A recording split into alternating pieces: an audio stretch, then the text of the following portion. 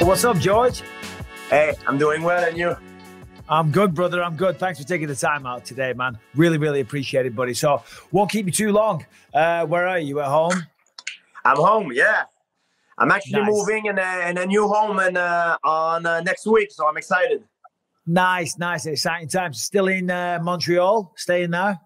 I'm in the suburb, like outside of Montreal, and more on the countryside, on the south shore of Montreal. I'm a country guy. I'm not much of a city guy. Well, you got to get out there. I mean, that's what I want to do. I live just south of LA, but I want to get out there and like have some land. And my wife wants to have chickens and stuff like that. Yeah, good for you, man. Good for you. Right. Well, anyway, we're not here to talk about where you're going to be living. We're not here to talk about my wife's need for chickens. Georges St-Pierre, the greatest welterweight of all time. Rush, the former 185-pound champion that choked me out unconscious. Son of a gun. Hey, you have a big announcement to make. You are returning to the competitive world of martial arts, correct? Yeah, not in mixed martial art though. Not in for the UFC in terms of as a contender for trying to get back the title in mixed martial art. I'm going back into grappling in the like submission wrestling, jiu-jitsu circuit. Yeah, amazing. And that's going to be the UFC Fight Pass Invitational, right? That's right. They changed the date today. It will be December 9. And I got some name now that came out, and apparently most of the fans, the UFC, they really want, they would like me to grapple against Nick Diaz. That's the name that comes back the more often. Nick Diaz, that's amazing. You know, because I saw a lot of names online, and there was I don't know where I saw this, but I'm sure I saw this yesterday. There was a rumor that it was going to be Khabib. Was there any truth to that? No, I think it was just the fans that were excited about it because the fight never happened. But no, I mean, I think he's retired, Khabib. And the name that the number one choice for UFC was Nick Diaz, because, you know, the UFC Fight Pass Invitational, they know that I'm no longer competing to try to be the best. You know, grappling. It's a very specialized sport. You know what we do, Michael? It's mixed martial art. It's more, it's more complete. There is less rules. You know, grappling is a more specialized sport. It doesn't mean if you're a great mixed martial art fighter that you will be a good grappler, and vice versa. You know, so it's something that it's new for me. I've competed before in the ADCC a long time ago, but this is truly something different. That it's a different form of competition, different form of combat sports. So I will need the time to adapt, you know? Yeah, no, absolutely. So how did this come about? I mean, obviously, you know, anyone that follows you on social media, you're always in shape, you're always training, you treat your body like an athlete still. So did you miss that kind of competitive feeling? I missed the adrenaline of competition, but I would not go back in mixed martial art. You know, the risks are too big. You know, like, and I have no illusion. I'm 42 years old. I'm past my physical prime. However, I still like the adrenaline of competition, and I think the best way to do it is in grappling. The risks are to a minimum, in a way that, you know, if something happened, you just tapped. And there's no brain damage because there's no strike. So I'm a very competitive person. I'm taking this very seriously, but it's a fun competition. It's more fun. It's not as stressful as it was when I was fighting. And, you know, when I was fighting, I wanted to be the strongest man in the world. That was my thing, my number one priority. Now I have other more important priority. This is more for fun, for the kick of it, and for the fans. And when the UFC told me they wanted to get into grappling, I wanted to help the platform UFC Fight Pass Invitational to grow, and I wanted to be part of it. I'm more there to serve the audience as a guy who will fight a novelty fight than a guy who will take that seriously and trying to compete to get to a world title. You know, I have no illusion. You know what I mean? I'm 42 years old. I'm doing this to make something excited for the audience, for the fans. So Nick Diaz, I mean, I think everyone's going to love that. I mean, who doesn't want to see that, right? Everyone wants to see that. And I think for Nick as well, because, you know, he's not a young guy these days either. I think it makes all the sense in the world. Have you had, you know, is that happening? Have you had word from Nick Diaz's side? I don't know. The UFC, with my agent talked to the UFC today. This is real fresh news. Breaking They news. told me that Nick was interesting, apparently. But Nick is still under contract with the UFC. So we still have another fight, apparently, in his contract.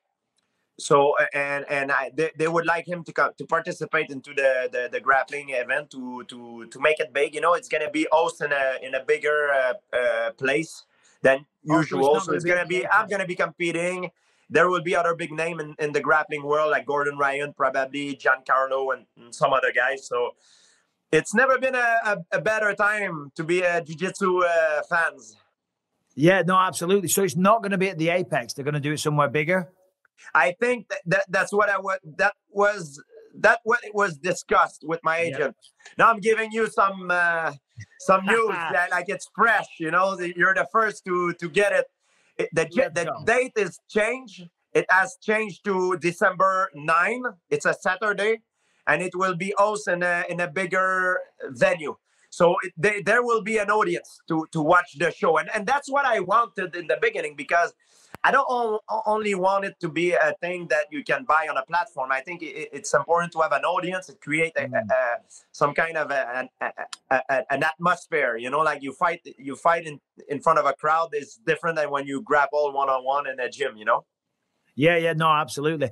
I saw you there at the Apex last week, and you were talking with some of the guys, and you were doing a little bit of promo for the event.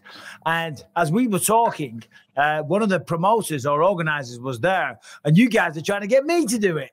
Yeah, you know, I think, Michael, you should do it. You're still in good shape.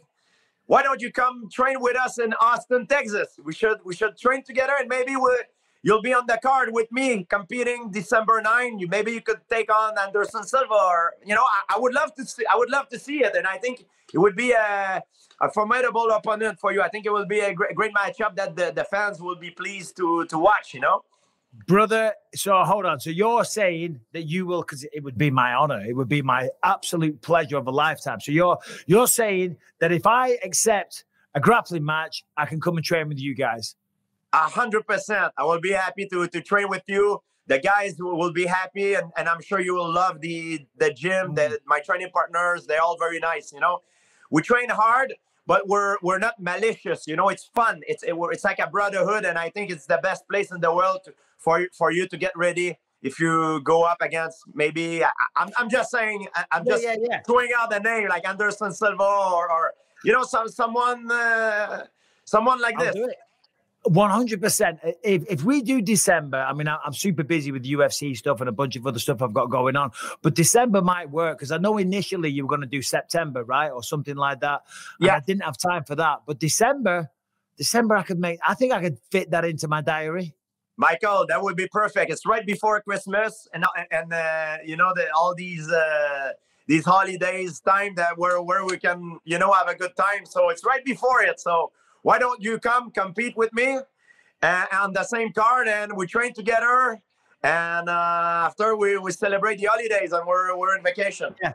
I was going to say, I've got one condition. I will say yes right now. I will commit one condition, that afterwards we go out and we do what we did in Manchester.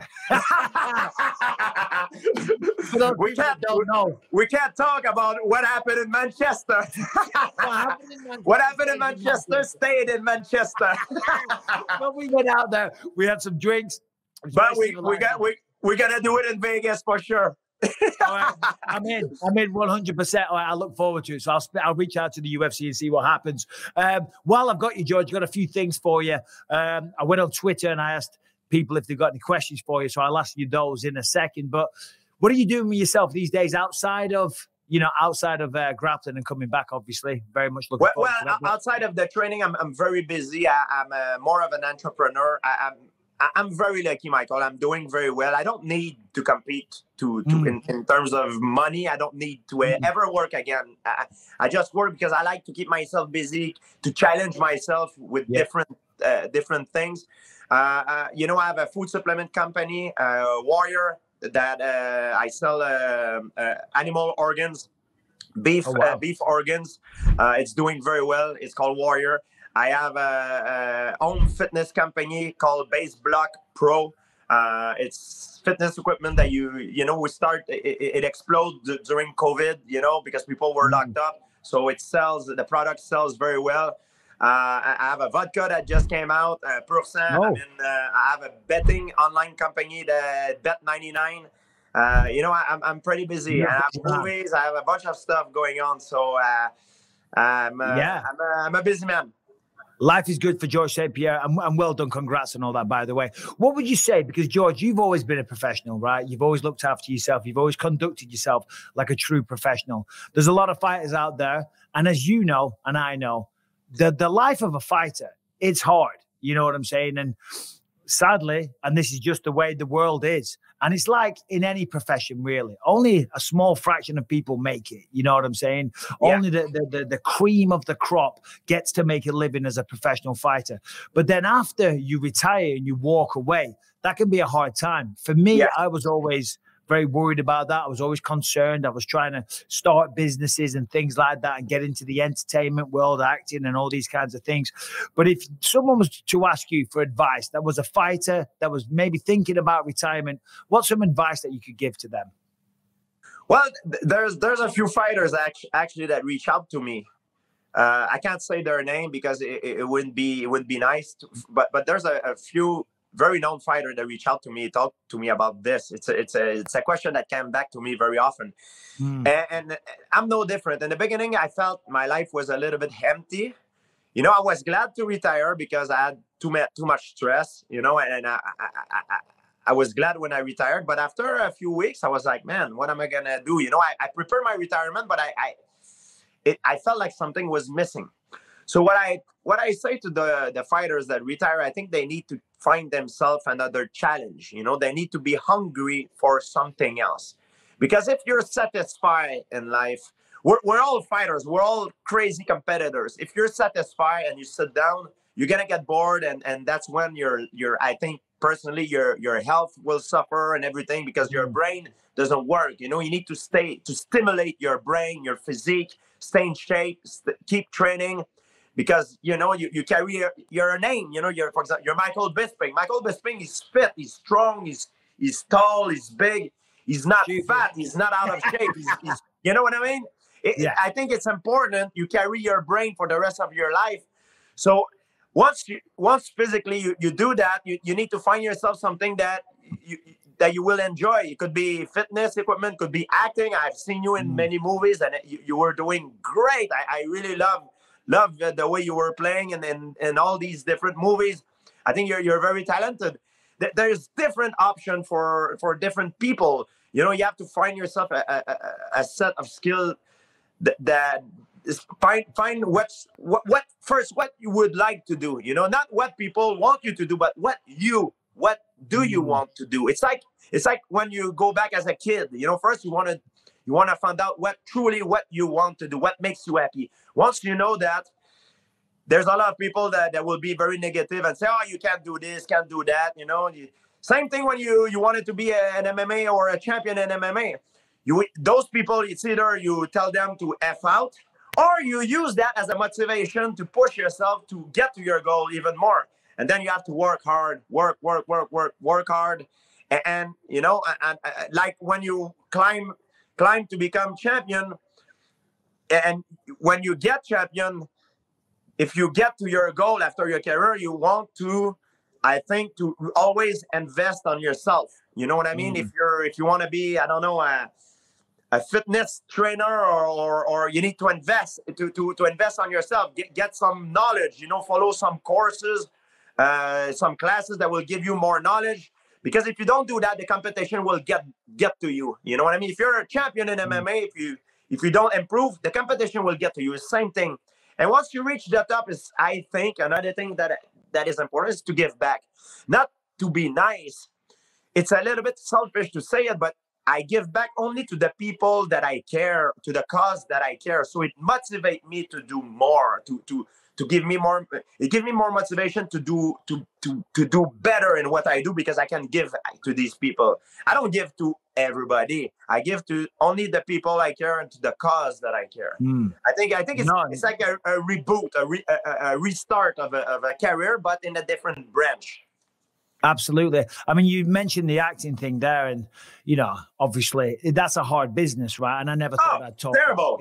It's terrible. I'm sure it's hard to get there. You know, it demands a lot of work. A lot of people, and I know because I've done some a little bit, and man, some people believe they are born a good actor. Man, it takes a lot of practice and a lot of work. You know what I mean? Like a fighter, you were world champion. It takes you a lot of sacrifice together. If you want to be Denzel Washington or Leonardo DiCaprio, man, it takes a lot of work. You know, you just don't wake up one day and I'm that good now. It doesn't happen like this, you know.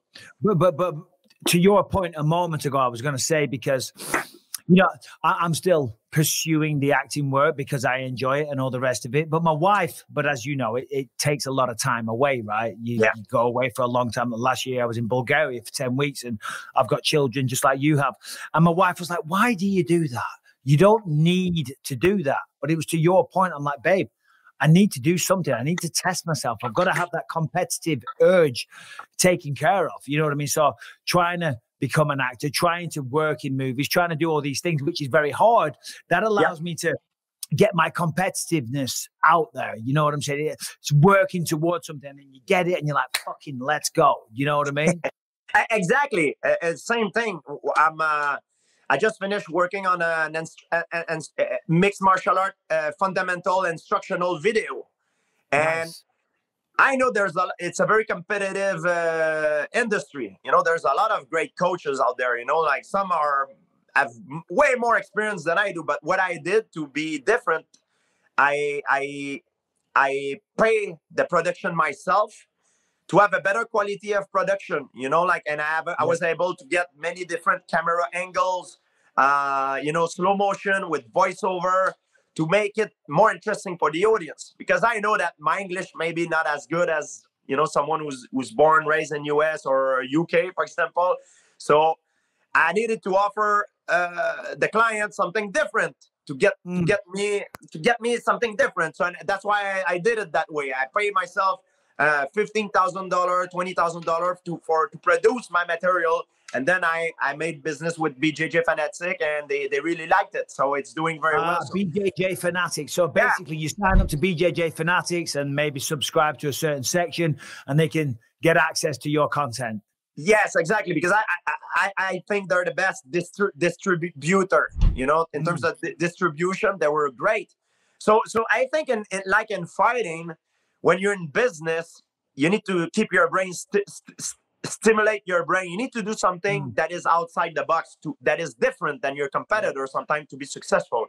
And sometimes it's a big risk, you know, like I took a risk. I spent $15,000-$20,000 to produce my own material. Maybe it wouldn't be successful, but it's doing very well, and I'm very happy. And nice. I'm gonna do more. I'm gonna do some more of this, and I think something that you could do yourself as well, Michael. I think you're a great fighter, and you have a lot of knowledge that could be teach that a lot of people would like to know. Well, thank you very much. Talk to me about, obviously I commentate. Was that ever on the agenda? Was that ever something you thought about doing? I did some in French, but it's just, I think that there's, because I live in Montreal, and the traveling, it's an issue. It's far. Also, I feel there's guys that are way way better than me, way more qualified than me for that job. You know, like I've seen you're doing very well. I mean, it takes time. You know, like I did some in French, and it takes time to. You could be a good fighter, but doesn't mean you're a good commentator. It's a skill. It's something like acting, something like anything else. It takes time to develop. Especially for me, because they used to subtitle me back in the day. I used to be subtitled, and now I'm bloody commentating. But you're right, it does. It's definitely a skill. For me, what I love about commentating, obviously it's a great sport and we love it. And it changed our lives. You know, I know a bit about your background. We've spoken at length before. You know, for me, it still keeps me involved with the sport, because people always ask me, and I'm sure you get this question all the time, do you miss it? Do you ever think about making a comeback? And I can honestly say, no, I don't think about coming back. You know, I've been there, I've done it. I became the champ, I made some money, and I've opened doors to other things. But commentating still allows me to be involved with the sport. I know you're completely done, but do people ask you that a lot? Do people say, George, when are you coming back? When are you coming back? There's a lot of guys that want me to come back because they know I'm still in shape. I think if I really wanted to, I could maybe come back, but my heart is not there anymore. I'm not the same guy that I was when we fought each other. You know, like when I was competing, it was my number one priority. I want to, you know, I wanted to kill everyone. You know, I had fire. Well, you almost did kill fire. Yeah. I mean, I always try to be nice, but deep down inside, you know, you got the same thing inside. You know. Yeah, I know. So when you lose that, I think it's hard to get it back, and it's possible that you get it back, but to be successful, I think it's important to have that fire.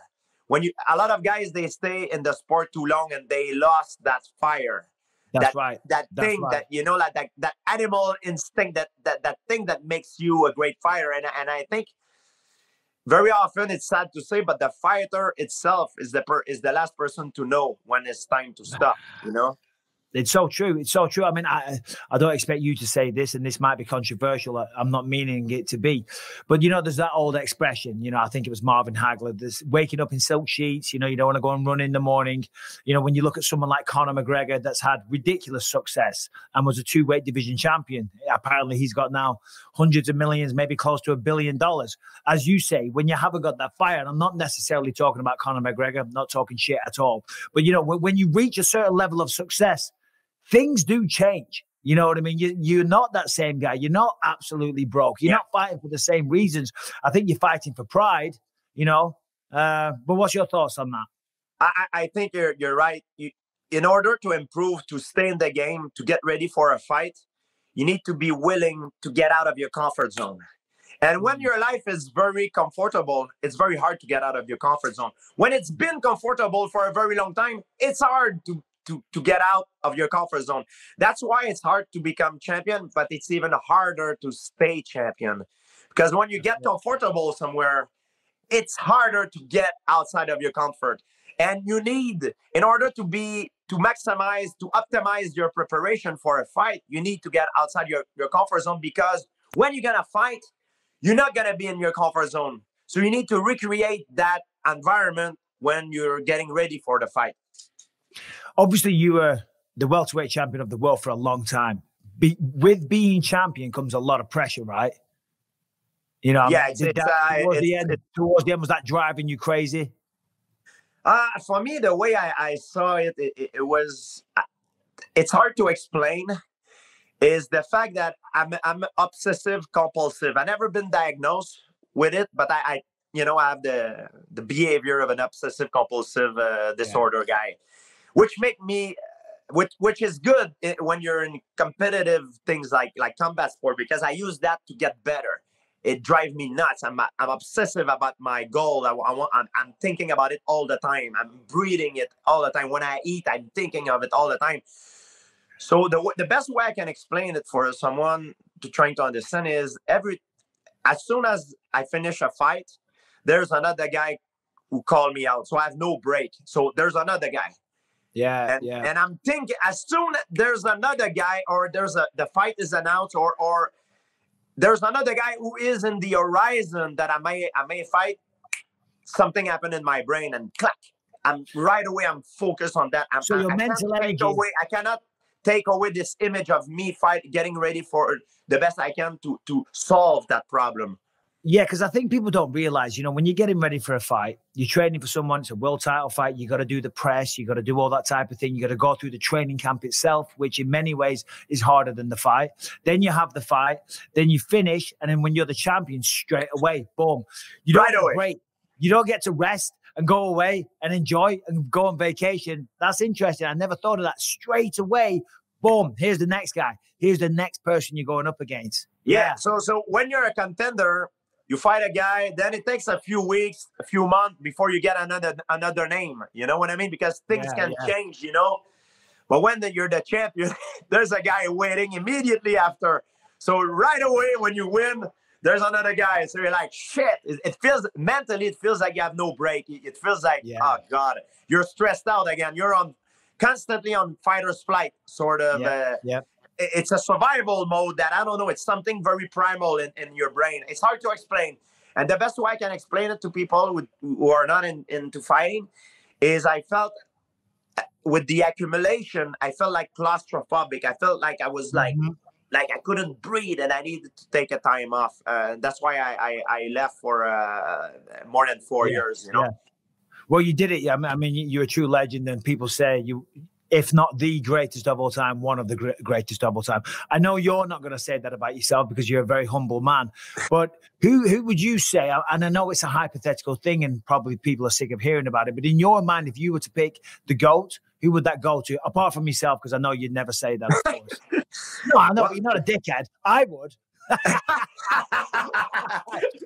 the GOAT. I'm the fucking GOAT. You wouldn't say that. So other than you, who do you think deserves that? Because John Jones is the guy that everyone talks about. And I know you don't want to talk bad, but then there's the picograms and all that stuff. But for me, John Jones is still in the running. I think he's still doing incredible things. But if you had to pick a name, who would you go with?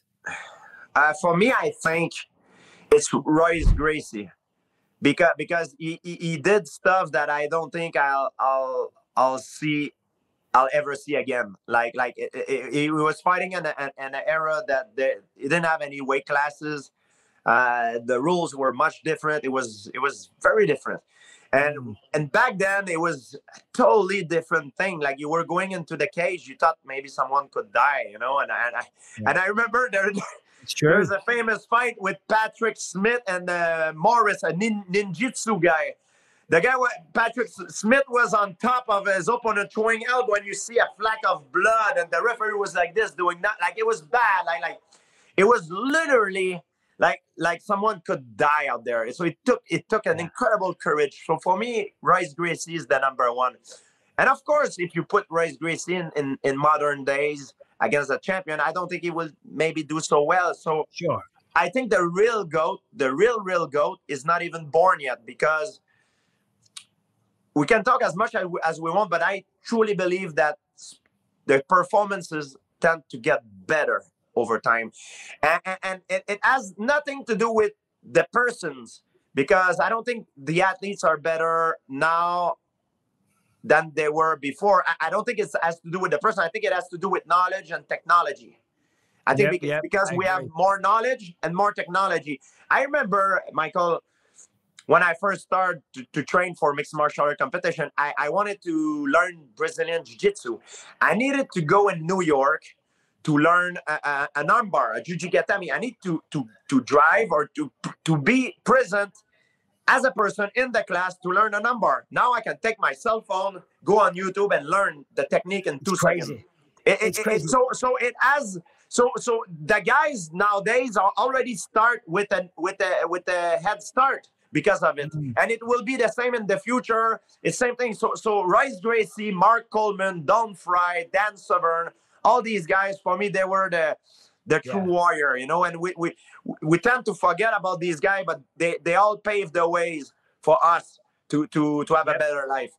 100%, George. It's funny what you mentioned there, you know, because I remember, I think it was 2002, something like that, and we were trying to figure out how to escape a triangle. Right. And I remember my coaches and I, we were sitting around and we were like brainstorming and like, try this, do that. I saw this technique here, or I've heard that this works. And we're trying different things. As you say, all you got to do now is go to YouTube and you can see 20 ways. It's crazy. Yeah, because we're in touch with the world. So if someone has an idea, is in Japan, we can hear about it, you know, and it's a technology that we didn't have back then. So when I was young, I didn't have that technology, that privilege to learn, and it makes the learning curves much faster. You know what I mean? Oh. So and also, like, I think even the same thing in science. I think it's Einstein has said it best. He said, if I've seen further, it's because I'm standing on shoulders of giants. It's same thing in sport. Same thing in basketball, in hockey, baseball, and everything. Football, same thing. Well, the level always increases. I mean, as human beings learn more about it, as the training techniques get better, as the resources get better, better coaches, better athletes, all the rest of it. MMA yeah, today, but I am not sure. Let me ask you this. Go ahead. I don't think we get better as human beings. I think we get better because of the technology. I think our ego make us think that we're better than our predecessors.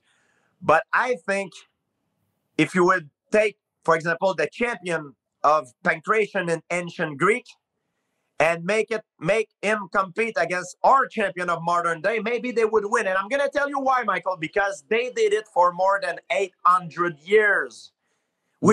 And after that, the sport was dead.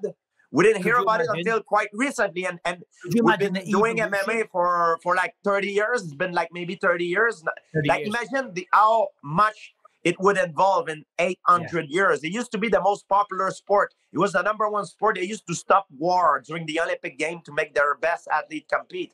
So sometimes I'm really curious. Of course, the rules were different. They used to fight naked and everything.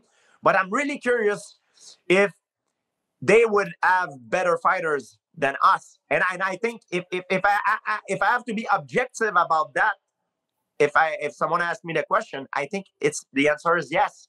Well, I mean, that's a good point. I mean, human beings are always getting bigger, faster, stronger. That's why records always get beaten, right? The 100-meter dash, it's always getting broken every year. So maybe today's athletes would be better. But as you say, 800 years of evolution. I mean, right now, it's only a few years ago, calf kicks started getting used as a thing. And you see the games changing all the time.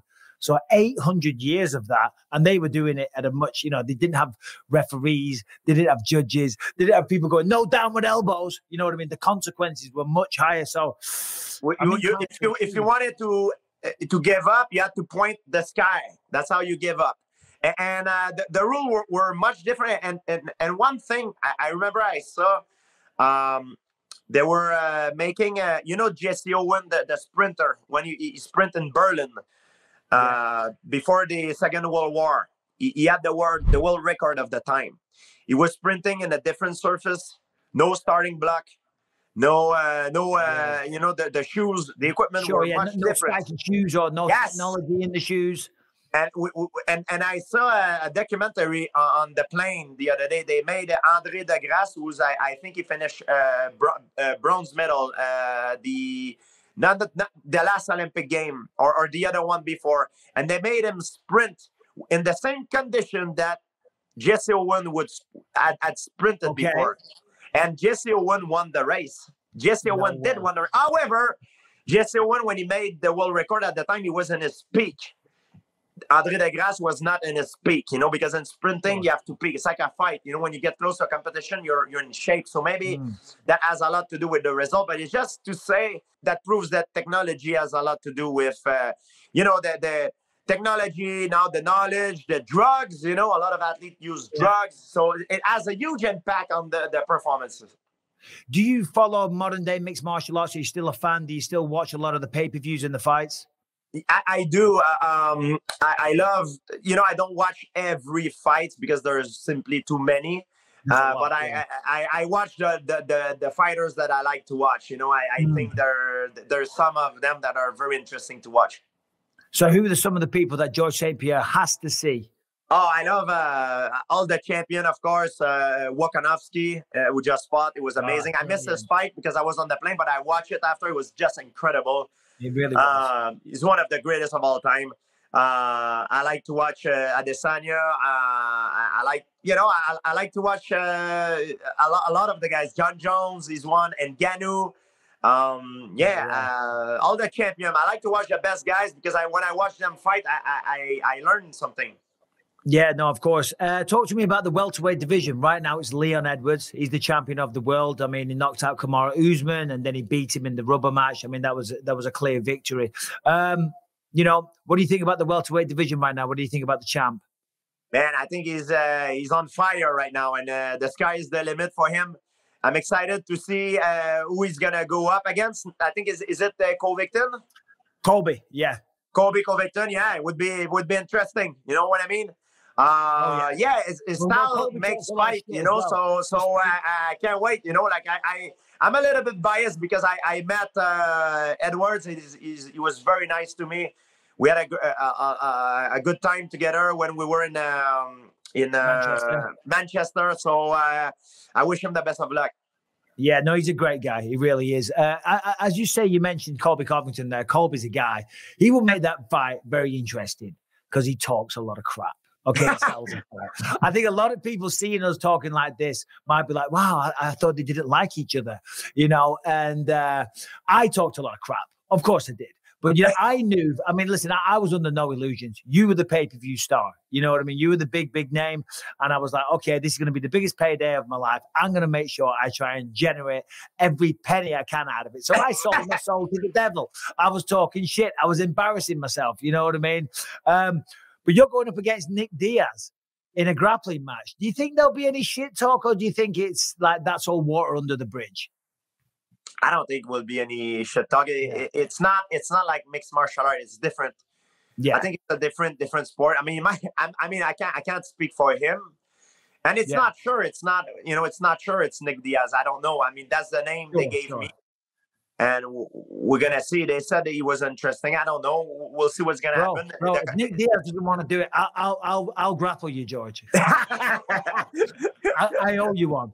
A lot of guys want to grapple me. I saw some tweet and some Instagram posts. Like everybody, you know, it all has to do with money. Everybody wants to be the. It's like Conor McGregor, for example. Everybody want to fight Conor McGregor. It's the money fights. You know, that's what people care about. You know, it's the freaking money. Hey, well, money comes in handy. Right, so let's go through here. I'm looking at Twitter right now, and I'm going to see if there's any good questions. How did it feel to destroy Bisping? Yeah, ignore that one. Thank you. What advice would you give to an up-and-coming fighter? An advice I would say, well, first, you might not like my answer, but I've seen a lot of kids, a lot of parents coming with their kids, and they're always telling me, "Hey, George, this is the future world champion." And I go on my knees and I talk to the kids. I ask him, I say, "Hey, how are you doing at school?" And everybody's surprised. And I tell him, I say, "You know what's the most important thing for you right now? It's to be educated. Educate yourself, you know? Do sport, you know, like make sure you do it. If you like it, it's a good self-defense. But don't put all your eggs in the same basket, because if you get hurt, or if, let's say, you get hit by a car, everything goes away. And if you only focus on fighting, and then by the age of 30, you realize that you just can't make it. If you have no background in school, you have nothing that you can fall back into. Yeah. So I tell you, it's the odds are against you. If you plan on being Michael Bisping or Georges St-Pierre, the odds are against you. You can't make it. Take that idea outside of your head. But yeah, stay at school, educate yourself, keep training hard. And down the line, if you see that an opportunity comes and you make it, but you'll have an education as an assurance if something goes bad, you know? You have a second option if something doesn't go your first choice, you know? So that's what I say to the kid. My first advice would say, stay at school and educate yourself first. And then once you got that covered, now go for it. Yeah, no, and that's smart advice, because I speak to a lot of young men that are struggling, you know what I mean, and they're lost in life and they don't know what to do and they've got no direction. And some of them say they want to fight and all the rest of it. But I think what you just said there is kind of advice for anyone. you know, not even just a fighter, you know. But what would you say to any young men out there that kind of feel lost, that have no direction, that they don't know what to do with themselves? I mean, have you got any advice you could give them? Yeah, I didn't know what I wanted to do. That's you know, except being a fighter. You know, at one point even I tried to become a fireman. You know what I mean? I've tried everything. You know, I had different diplomas in different things. You know, like I can install ceramic on the floor. You know, and people don't know I graduated in that too. I wanted to be a fireman, but they wrote me a letter saying, we can take you in the school, in the fireman school, but you don't. There are certain criteria that you don't that are required, and add something in my back, like a vertebrae that is offline. So therefore I wouldn't be the first pick if they have the choice of choosing me and then someone else. They advised me to not of this. So I was like thinking, oh, I can be an MMA fighter, but not a fireman. Then that doesn't make sense. You know what I mean? But what I say is it is normal when you're young and you don't know what to do. It is normal because when you're 20 years old, you're not the same person that when you were 15. And when you're 25, you're not the same that when you were 20 and 30, same thing. I think that when you're about 30, it starts to stabilize a little bit. There's less changes. You know, it's all different. Every individuals are different, but that's what I feel. So give yourself some time. But in the meantime, it's hard. It's a grind. Like, keep yourself, educate yourself. Like, you know, like find yourself some hobbies. And I know it sucks sometimes if you don't know what you really want to do. If you want to be a fighter, make sure you stay in shape, you know, educate yourself. But always have yourself like an assurance that if something doesn't go your way, at least you have something that you can fall back into to make some money. That's my main thing. Yeah, I mean that's amazing, because I think, you know, you look at that, when one door closes, it's not the end of the world. That's just creating other opportunities. Like yourself, I tried to join the army, and the army wouldn't take me because I had a couple of scraps in bars, and they were like, "Oh, you've got a criminal record," and they wouldn't take me. And I cried. I did. I was in tears on the phone. I was crying my eyes out. I thought, because I was trying to get my life together. I had no direction when I was younger. I was an idiot. I was drinking. I was partying. I was getting up to no good and getting arrested for just bar fights. I was never a criminal. I was just a young idiot. And I thought, right, I'm going to join the army. I'm going to get my shit together. And they said no. And I cried my eyes out on the phone. I thought, it's over. I can't even join the army, you know? And then it was a blessing in disguise. Yeah. And you know, Michael, I'm sure same for you. You can talk about it. Like, do you know how many guys, like, I know there's a lot of young guys that are watching this. Do you know how many guys I see in the gym who dream to become a fighter? Yep. But I know, like we're not all born with the same set of card. You know what I mean? There's a minimum of that you need to have in order to get there. You know what I mean? Yeah. And outside of that, the star need to be aligned. You need to work hard. There's a lot of things. You know what I mean? The odds of success are very, very, very small. And there's a lot of guys I see in the gym. I feel sorry for them.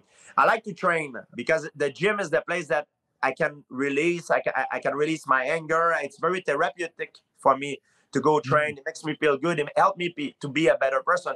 But it's also very sad because I see a lot of guys there that sometimes they ask me for advice. They say, "Hey, George, what do you think I should do?" And they ask me training advice. But the real advice that I would give them, I would say, "Hey, you know, my friend, you know, you're 30 years old. You lost 3 fights in a row. You know, you're still in the minor league. I think you should get your shit together and find a real job, you know, because now you're just a punching bag for the up and comer."